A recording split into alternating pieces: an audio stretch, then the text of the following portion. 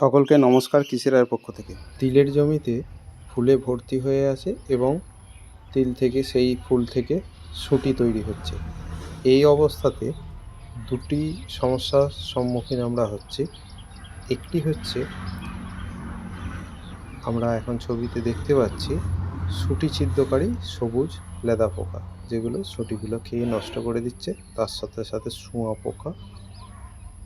আর আরেকটি সমস্যা এই পোকাদের সাথে সাথে দেখা যাচ্ছে, সেটা হচ্ছে যে অতিরিক্ত বৃষ্টির কারণে তিল গাছে কিছু কিছু ঝিমে ধসা লেগে মারা যাচ্ছে। এবং বিগত দিনের অভিজ্ঞতা থেকে বলা হচ্ছে, কিছু কিছু জমি এই রকম, এই গাছটি যেমন দেখা যাচ্ছে, এই রকম হয়ে হয়ে প্রায় পুরো জমি ধসা লেগে তিল নষ্ট হয়ে যাচ্ছে। এর জন্য দুটি ওষুধ আমরা যদি একসাথে স্প্রে করতে পারি তাহলে খুব ভালো কাজ হবে।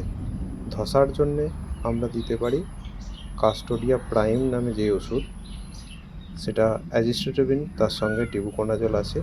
এটা প্রতি 16 লিটার জলে 25 ml করে দিয়ে, আর সঙ্গে লেদা পোকা সুঁটি ছিদ্রকারীর জন্য ফণি সুপার 15 ml করে দিয়ে স্প্রে করলে খুব ভালো কাজ হবে এবং ফলনও অত্যন্ত বৃদ্ধি পাবে।